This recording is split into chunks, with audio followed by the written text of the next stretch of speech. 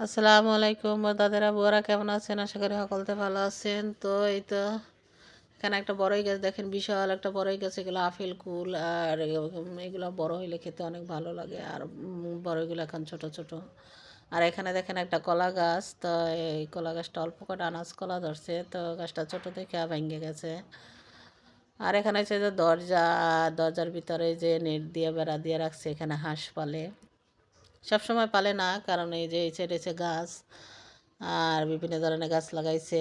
আর এই পাশে হইলে যে ধান ক্ষেত, ওই যে ধান ক্ষেতের ভিতরে হাঁস যায়, এই কারণে আর কি এই সিজন আসলে মানে সবাই আর কি গ্রামে যারা হাঁস পালে আর বাড়ির পাশে জায়গা ইয়া থাকে, মানে ধান ক্ষেত থাকে, সবাই হয়তো একটা না একটা ব্যবস্থা করে হাঁস এভাবে করে রাখে। এই যে দেখেন এইভাবে আর কি এখানে ট্যাপ পোনা দেওয়া আছে। এগুলোকে ট্যাপ পোনা বলি আমরা, আর কোন কোন জায়গায় কী বলে জানি না। তো এর ভিতর হাঁস থাকে, দিনে এখানে থাকে, রাত্রে নিয়ে পরে আর কি ঘরে দেয়, খোপের ভিতরে দেয়। আর এখানে দেখেন এই যে ছোট্ট একটা বড়ই গেছে, অনেক বড়ই ধরছে অনেক।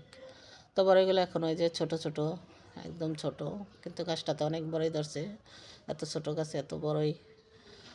আর এই যে আমাদের গ্রামের দৃশ্যটা আপনাদের কেমন লাগলো? যদি ভালো লাগে লাইক কমেন্ট শেয়ার করবেন। ধন্যবাদ। আল্লাহ হাফেজ। সবাই ভালো থাকবেন। আর এখানে এই যে কলা গাছ।